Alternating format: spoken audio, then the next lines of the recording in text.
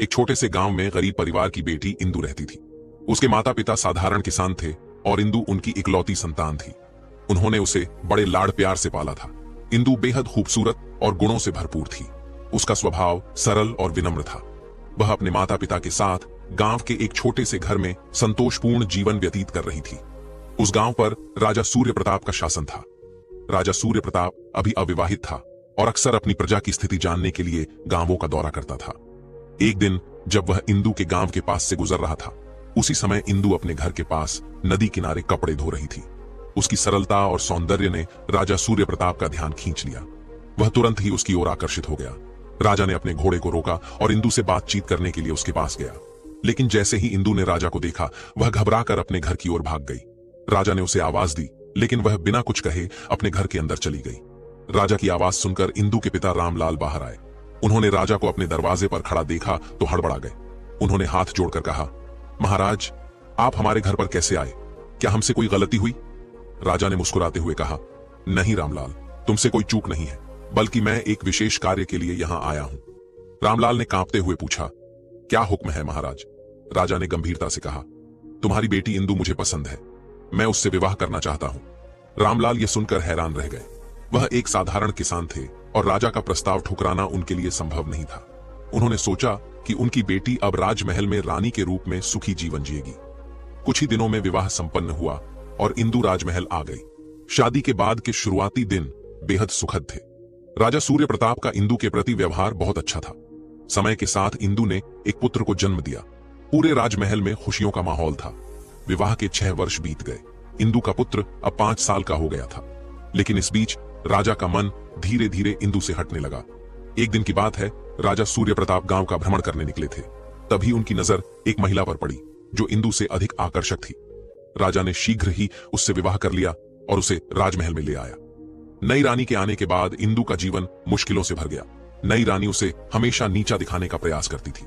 राजा भी इंदु से दूरी बनाने लगा और उसकी बातों को अनदेखा करने लगा। धीरे धीरे इंदु की स्थिति राजमहल में कमजोर हो गई। एक दिन नई रानी ने राजा को इंदु को महल से निकालने के लिए मना लिया। राजा ने अपने पुत्र को अपने पास रखा और इंदु को महल से बाहर कर दिया। इंदु बेबस होकर अपने पिता के घर लौट आई। इंदु ने अपने माता पिता को अपनी दुर्दशा सुनाई। उनकी बेटी की हालत देखकर वे बेहद दुखी हुए। उसकी चिंता ने उनकी सेहत पर गहरा प्रभाव डाला। धीरे धीरे इंदु की मां की हालत बहुत खराब हो गई और कुछ समय बाद इंदु की मां का निधन हो गया।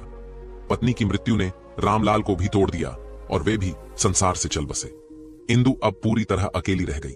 उसे किसी सहारे की सख्त जरूरत थी, लेकिन वह अपनी पीड़ा व्यक्त करने की हिम्मत नहीं जुटा पाती थी। अकेलेपन ने उसे भीतर तक तोड़ दिया। कहते हैं साथियों, विपत्ति के समय धैर्य मनुष्य का सबसे बड़ा सहारा होता है। इसी दौरान मदन नामक एक ऊंटों का व्यापारी, जो पहले भी इंदु के घर आता जाता था, अब और ज्यादा वहां आने लगा। वह इंदु से हमदर्दी जताने लगा और उसका ख्याल रखने का ढोंग करने लगा। इंदु, जो पहले से ही अकेली और कमजोर थी, उसकी बातों पर भरोसा करने लगी। कुछ समय बाद मदन ने इंदु से विवाह का प्रस्ताव रखा। इंदु, जो कि किसी सहारे की तलाश में थी, ने इस प्रस्ताव को स्वीकार कर लिया। दोनों पति पत्नी की तरह साथ रहने लगे। मदन ऊंटों का व्यापारी था और हर साल ऊंटों के मेले में जाया करता था। एक दिन उसने इंदु से कहा, तुम हमेशा घर में रहती हो, इस बार मेरे साथ ऊंटों के मेले में चलो, वहां का मेला बहुत मनोरम होता है। इंदु ने सोचा कि बाहर जाने से मन हल्का हो जाएगा, इसलिए उसने मदन के साथ मेले में जाने का फैसला कर लिया। मदन ने इंदु को मेले में घुमाया और उसकी खुशी का दिखावा किया, लेकिन उसके मन में एक गहरी साजिश चल रही थी। उसने अपने ऊंटों के साथ साथ इंदु का भी सौदा कर दिया। इंदु को इसका बिल्कुल भी अंदाजा नहीं था। मदन ने इंदु को ऊंटों के पास बैठाकर कहा, मैं अभी आता हूं, और वहां से चला गया। थोड़ी देर बाद कुछ व्यापारी आए और ऊंटों के साथ साथ इंदु को भी जबरदस्ती ले जाने लगे। इंदु घबरा गई और चिल्लाई, मुझे कहां ले जा रहे हो? लेकिन व्यापारियों ने उसकी आवाज को दबाने के लिए उसे बेहोश कर दिया। जब इंदु को होश आया तो उसने खुद को एक अनजान जगह पर पाया। वह जगह एक कोठा था। वहां की मालकिन ने इंदु से कहा, अब तुम यहीं रहोगी, हमने तुम्हें खरीद लिया है। तुम्हें यहां मुजरा करना होगा और लोगों की इच्छाएं पूरी करनी होंगी। इसके बदले तुम्हें खाना, कपड़े और सिर छुपाने की जगह मिलेगी। इंदु ने गुस्से में कहा, मैं यह सब कभी नहीं करूंगी। मालकिन ने ठंडे स्वर में जवाब दिया, अगर तुमने मेरी बात नहीं मानी तो तुम्हें भूखा रखा जाएगा और मारा जाएगा। तुम्हारे पास कोई और विकल्प नहीं है। इंदु ने बहुत विरोध किया, लेकिन उसकी कोई सुनवाई नहीं हुई। धीरे धीरे अत्याचार और भूख ने उसकी हिम्मत तोड़ दी। और मजबूरी में उसने अपनी इच्छा के खिलाफ कोठे पर काम करना शुरू कर दिया। इंदु की जिंदगी अब अंधकार में डूब चुकी थी। वह हर दिन अपने भीतर के दर्द को छिपाकर जीने के लिए मजबूर थी। इस बीच कोठे पर रहते हुए 15 साल बीत गए। अब उसकी उम्र करीब 40 साल हो चुकी थी। वह अभी भी सुंदर थी, लेकिन उसका चेहरा हमेशा उदासी से भरा रहता था। एक दिन 20 साल का एक राजकुमार, जिसका नाम रुद्र प्रताप था, कोठे पर आया। उसने मालकिन से कहा, मुझे यहाँ की सबसे खूबसूरत महिला से मिलवाओ। मालकिन ने कई महिलाओं में से इंदु को दिखाया। राजकुमार ने इंदु को चुना और उसके कमरे में गया। कमरे में जाने के बाद इंदु ने उससे पूछा, तुम कौन हो और कहां से आए हो? राजकुमार ने मुस्कुराते हुए कहा, मैं रामगढ़ देश का राजकुमार रुद्र प्रताप हूं। मेरे पिता यहाँ के राजा हैं। ये सुनते ही इंदु के होश उड़ गए। उसकी आंखें चौड़ी हो गईं और वह जैसे पत्थर की मूरत बन गई। उसे एहसास हुआ कि वह राजकुमार कोई और नहीं, बल्कि उसका अपना बेटा है, जिसे उसने बचपन में खो दिया था। इंदु का दिल शर्म और दुख से भर गया। उसने ईश्वर की ओर हाथ उठाकर रोते हुए कहा, हे भगवान, मुझसे ऐसा कौन सा पाप हुआ है कि आज मुझे अपने ही पुत्र से यह अपमान सहना पड़ा? क्या यह मेरे पिछले जन्म के पापों का परिणाम है? राजकुमार को इंदु के अजीब व्यवहार का कोई कारण समझ नहीं आया। उसने वहां से जाने की अनुमति मांगी। इंदु ने धीमी आवाज में कहा, तुम जा सकते हो। राजकुमार के जाने के बाद इंदु फूट फूट कर रोने लगी। वह खुद से सवाल करने लगी, मैंने ऐसा कौन सा पाप किया है कि मेरी जिंदगी में केवल कष्ट और अपमान ही आए? कहते हैं दोस्तों, कर्म चाहे अच्छे हों या बुरे, आज नहीं तो कल उसका फल भोगना ही पड़ता है। इसलिए हमेशा अच्छे कर्म करने चाहिए। राजकुमार रुद्र प्रताप से मिलकर इंदु के जीवन में एक और गहरा घाव जुड़ गया। वह कमरे में अकेली बैठी रही और उसकी आंखों से आंसू रुकने का नाम नहीं ले रहे थे। उसने अपना सिर दीवार से मारा और रोते रोते थक गई। थोड़ी देर बाद कोठे की मालकिन उसे देखने आई। उसने सोचा कि शायद राजकुमार इंदु को कोई बहुमूल्य उपहार देकर गया होगा, लेकिन जब वह कमरे में पहुंची तो उसने इंदु को बेहद उदास और रोते हुए पाया। मालकिन ने पूछा, क्या हुआ इंदु? आज तो राजकुमार आया था, तुम्हें खुशी होनी चाहिए। क्या उसने तुम्हें कोई उपहार नहीं दिया? इंदु ने रोते हुए कहा, हाँ, उसने उपहार दिया है, लेकिन ऐसा जख्म दिया है जो कभी नहीं भर सकेगा। यह घाव मेरे जीते जी मेरे साथ रहेगा। मालकिन हैरान होकर बोली, ऐसा क्या हुआ है, मुझे बताओ। इंदु ने थोड़ा संकोच किया, लेकिन फिर धीरे धीरे अपनी पूरी कहानी मालकिन को सुनाई। उसने बताया कि राजकुमार रुद्र प्रताप कोई और नहीं, बल्कि उसका अपना बेटा था, जो बचपन में उससे दूर हो गया था। आज उसी बेटे के सामने अनजाने में उसे अपमानित होना पड़ा। मालकिन यह सुनकर चकित रह गई और बोली, यह मैंने कभी नहीं सुना। तुम्हारे साथ बहुत बड़ा अन्याय हुआ है। मैं तुम्हें यहां रहने के लिए मजबूर नहीं करूंगी। इंदु ने मालकिन से गिड़गिड़ाते हुए कहा, मालकिन, मुझे यहां से जाने दीजिए। मैं कोई छोटा मोटा काम करके अपनी जिंदगी जी लूंगी, लेकिन अब मैं यहां नहीं रह सकती। मालकिन ने कुछ देर सोचा और कहा, तुमने यहां रहकर बहुत कष्ट झेले हैं और मेरे लिए बहुत पैसा भी कमाया है। जितने पैसों में मैंने तुम्हें खरीदा था, तुमने उससे कई गुना ज्यादा मुझे कमाई दी है। और आज जो तुम्हारे साथ हुआ, उसने मुझे अंदर तक हिला दिया है। तुम अब आजाद हो, तुम जहां चाहो जा सकती हो। अगर कभी मेरी जरूरत पड़े तो मुझे याद करना। इंदु ने मालकिन को धन्यवाद दिया और कहा, अब मुझे और क्या कष्ट झेलने हैं, ये जानने के लिए ही मैं जिंदा हूं। मैं हार नहीं मानूंगी। इंदु कोठे से बाहर निकल आई। उसके पास ना तो रहने का कोई ठिकाना था और ना ही खाने का कोई साधन। वह कुछ दिनों तक सड़कों पर भटकती रही। भूख और प्यास से बेहाल होकर एक दिन वह एक नीम के पेड़ के नीचे जाकर लेट गई। हालत इतनी खराब हो गई थी कि गली के कुत्ते उसके पास आकर उसका चेहरा चाटने लगे, लेकिन इंदु को इसका कोई एहसास नहीं था। उसी समय एक दयालु महिला जो दूध और छाछ बेचती थी, वहां से गुजर रही थी। जब उसने इंदु को इस हालत में देखा तो उसके दिल में दया आ गई। उसने कुत्तों को भगाया और इंदु को उठाया। उसने पूछा, तुम कौन हो बहन? तुम्हारी ऐसी हालत कैसे हो गई? लेकिन इंदु का गला सूख चुका था। वह कुछ बोल नहीं पाई। महिला ने तुरंत अपना गिलास निकाला और उसमें दूध भरकर इंदु को पिलाया। इंदु ने थोड़ा दूध पिया और कुछ दूध उसके मुंह से बाहर गिर गया। महिला ने कहा, तुम मेरे साथ चलो, मेरे घर आओ, वहां नहाओ, खाओ और आराम करो। तुम इस हालत में यहां नहीं रह सकती। इंदु ने कोई प्रतिक्रिया नहीं दी, लेकिन महिला ने उसे सहारा देकर अपने घर ले जाने का फैसला किया। महिला ने इंदु को अपने घर लाकर उसे नहलाया, अच्छे कपड़े पहनाए और खाना खिलाया। धीरे धीरे इंदु को होश आया। महिला ने प्यार से पूछा, बहन, अब बताओ तुम कौन हो और तुम्हारे साथ क्या हुआ? इंदु ने सिर झुका लिया और वह अपनी पूरी कहानी बताने से हिचक रही थी, लेकिन महिला के प्यार और सहानुभूति ने उसका मन खोल दिया और उसने अपनी जिंदगी के सारे दुख महिला को सुना दिए। महिला की आंखों में आंसू आ गए और उसने कहा, तुम मेरी बहन हो। मेरा पति अब इस दुनिया में नहीं है और मैं अपने बेटे के साथ अकेली रहती हूं। तुम मेरे साथ रहो, हम मिलकर अपना जीवन काटेंगे। इंदु ने कहा, मैं तुम्हारे लिए बोझ नहीं बनना चाहती। मेरे जीवन के कांटे तुम्हें भी चुभ सकते हैं। मैं अकेली ही ठीक हूं। महिला ने उसके कंधे पर हाथ रखा और कहा, बहन, दुख बांटने से कम होते हैं। तुम मेरी चिंता मत करो। मेरे साथ रहोगी तो हम मिलकर सभी मुश्किलों का सामना करेंगे। इंदु ने महिला की बात मानी और उसके साथ रहने लगी। इंदु घर के कामों को संभालने लगी, जबकि मालती दूध बेचने जाती थी। अब परिवार में एक सदस्य और जुड़ गया था, इसलिए मालती को ज्यादा मेहनत करनी पड़ती थी।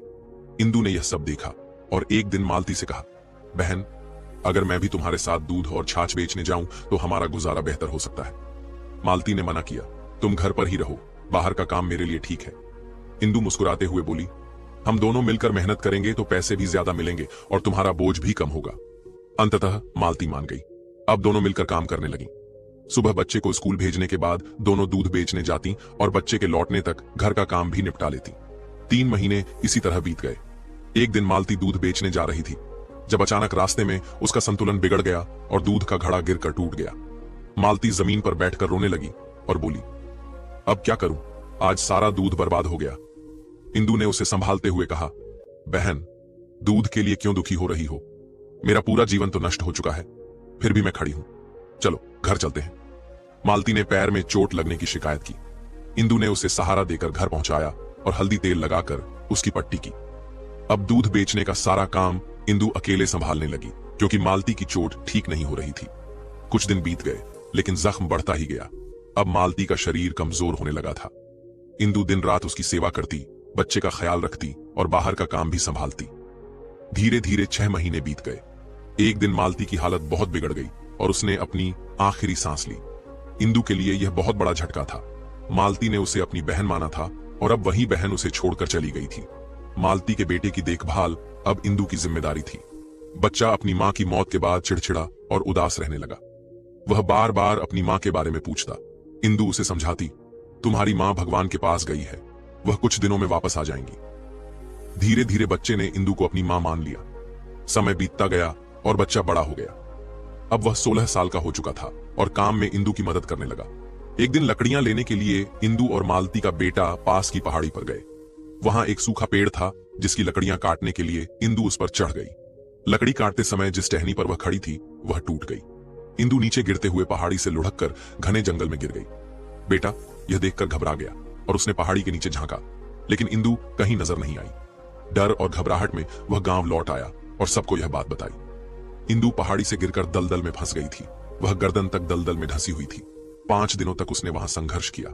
जंगली जानवर उसके पास आते, लेकिन दलदल में होने के कारण वे उससे दूर रहते। एक दिन आदिवासियों का एक झुंड वहां से गुजर रहा था। उन्होंने इंदु को दलदल में फंसा देखा और बड़ी मुश्किल से उसे बाहर निकाला।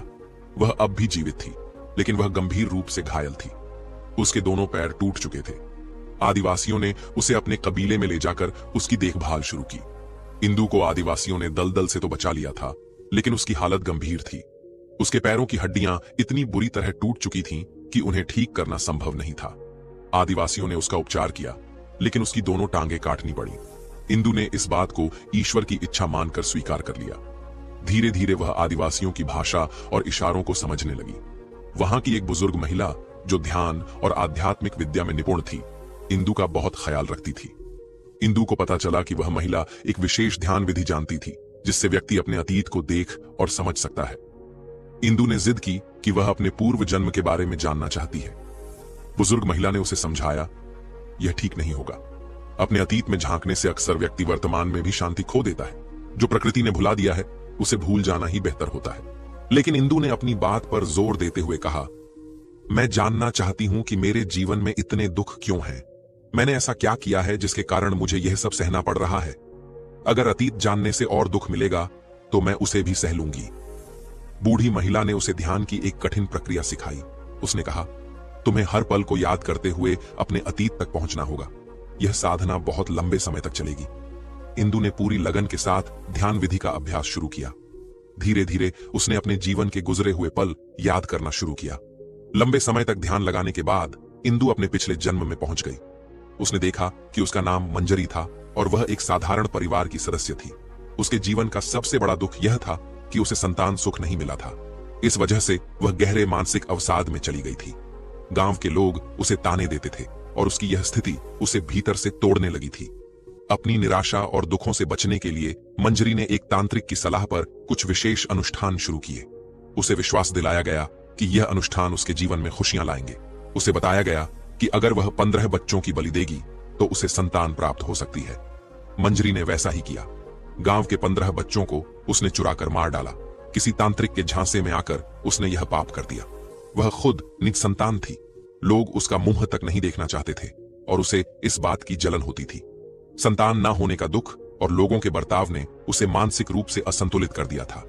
उसने देखा कि जिन परिवारों की संतानों की उसने जान ली थी उनमें से कुछ माता पिता आत्महत्या कर चुके थे, कुछ उसे हमेशा बद्दुआ देते रहते थे। जब वह मर गई तो उसने देखा कि उसके मरने के बाद भी कई लोग उसे बद्दुआ दे रहे थे। उनकी बद्दुआ से उसकी आत्मा को पीड़ा हो रही थी। इसके बाद पूर्व जन्म में पहुंची इंदु ने उन सभी घरों में प्रवेश किया जहां उसने बच्चों को उठाया था। वहां उसने देखा कि कुछ घर बर्बाद हो चुके थे और कुछ अभी भी बिना संतान के थे, लेकिन वे लोग अब बुजुर्ग हो चुके थे और हमेशा उसे गालियां देते रहते थे। अब वह पहले से भी अधिक दुखी हो गई। अब उसके लिए वापस जाना नामुमकिन था क्योंकि उसकी मदद उस बूढ़ी आदिवासी महिला ने की थी, लेकिन अब उसी शरीर में लौटना असंभव था। इंदु को यह एहसास हुआ कि उसका अतीत ही उसकी वर्तमान स्थिति का कारण था। उसने सोचा, अगर मैंने अपना अतीत नहीं देखा होता तो मेरा मन शायद शांत रहता। उस आदिवासी महिला ने सही कहा था कि प्रकृति ने हमें भूलने की शक्ति दी है और हमें उसे अपनाना चाहिए। अब वह अपनी गलतियों का प्रायश्चित करना चाहती थी। उसी गांव में एक तांत्रिक आया था जो भटकती आत्माओं को वश में कर सकता था। उसने अपने तंत्र मंत्र के जरिए आसपास की आत्माओं को अपने नियंत्रण में लेना शुरू किया। जब तांत्रिक ने इंदु की आत्मा को महसूस किया तो उसने उसे वश में कर लिया।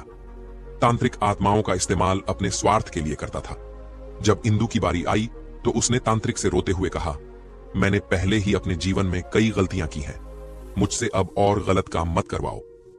इंदु ने अपनी पूरी कहानी तांत्रिक को बता दी और उससे प्रार्थना की, मुझे यहां से मुक्त कर दो और मेरे शरीर में वापस जाने का कोई तरीका बताओ। तांत्रिक ने कहा, तुम्हारा दुख देखकर मैं तुमसे और कोई काम नहीं करवाऊंगा, लेकिन मेरे पास ऐसी कोई विद्या नहीं है जिससे तुम्हें तुम्हारे शरीर में वापस भेज सकूं। यह सुनकर इंदु निराश हो गई और फिर से भटकने लगी। इसी दौरान उसी नगर में एक संत आए जो रात भर वहां रुके थे। वे उस कुम्हार के गुरु थे जो इंदु के पूर्व जन्म का पति था। कुम्हार अब 80 वर्ष का हो चुका था और अकेले रहता था। रात में संत और कुम्हार ईश्वर का गुणगान कर रहे थे। इंदु की आत्मा वहीं भटक रही थी। संत को महसूस हुआ कि वहां कोई आत्मा मौजूद है जो मोक्ष की कामना कर रही थी। संत ने कुम्हार से कहा, यहां तुम्हारी पूर्व पत्नी की आत्मा भटक रही है, वह अपनी मुक्ति चाहती है। कुम्हार ने चौंकते हुए पूछा, मेरी पत्नी? वह तो वर्षों पहले गुजर गई थी, क्या इतने समय से उसकी आत्मा भटक रही है? संत ने इंदु की आत्मा को संबोधित करते हुए कहा, तुम्हें क्या चाहिए, क्यों भटक रही हो? इंदु ने अपनी सारी बातें संत को बता दी और कहा, मुझे अपने शरीर में वापस जाना है ताकि मैं अपने पाप का प्रायश्चित कर सकूं। संत ने कहा, तुम्हें मेरे साथ मेरे आश्रम चलना होगा जहां हर रोज भजन कीर्तन होता है। ईश्वर के नाम के माध्यम से तुम अपने शरीर में लौटने का मार्ग ढूंढ सकती हो। इंदु ने संत की बात मानी और उनके साथ आश्रम चली गई। आश्रम में हर दिन वह ईश्वर का भजन करती, ध्यान लगाती और प्रार्थना करती। धीरे धीरे उसे महसूस होने लगा कि वह अपने शरीर की ओर लौट रही है। उसने यह बात संत को बताई। संत ने कहा, तुम अपने शरीर में वापस लौट सकती हो, लेकिन तुम्हारे पाप तभी खत्म होंगे जब तुम 15 लोगों की मदद करोगी और उनके जीवन को बेहतर बनाओगी। यही तुम्हारे लिए मुक्ति का मार्ग है। संत के आशीर्वाद से इंदु अपने शरीर में लौट आई। जब उसने आंखें खोली तो उसका शरीर बहुत कमजोर और घायल था। उसकी त्वचा पर चींटियों ने घाव कर दिए थे, लेकिन आदिवासियों ने उसके शरीर को हाथ नहीं लगाया था क्योंकि वे जानते थे कि वह ध्यान की अवस्था में थी। आदिवासियों ने उसकी मरहम पट्टी की और उसे खाना खिलाया। धीरे धीरे इंदु होश में आई। सबसे पहले उसने उस बुजुर्ग महिला के बारे में पूछा जो उसकी देखभाल करती थी। आदिवासियों ने कहा कि वह महिला तुम्हारे ध्यान के वक्त ही 1.5 साल पहले गुजर गई थी। उसने तुम्हारे लिए हर संभव प्रयास किया था। यह सुनकर इंदु का दिल भर आया। उसने आदिवासियों को अपनी पूरी कहानी सुनाई। 3 साल बाद अपने शरीर में लौटने के बाद इंदु ने यह समझ लिया कि अब उसे अपने पापों का प्रायश्चित करना है। वह चलने फिरने में असमर्थ थी, लेकिन उसने हार नहीं मानी। घुटनों के बल चलते हुए उसने दूसरों की सहायता करने का संकल्प लिया। उसने सोचा, ईश्वर ने मुझे एक और मौका दिया है, मैं इसे व्यर्थ नहीं जाने दूंगी। इंदु ने जंगल में भटकते हुए कई कठिनाइयों का सामना किया। उसके शरीर में घाव थे और वह दोनों पैरों से लाचार थी, लेकिन फिर भी उसने साहस नहीं खोया।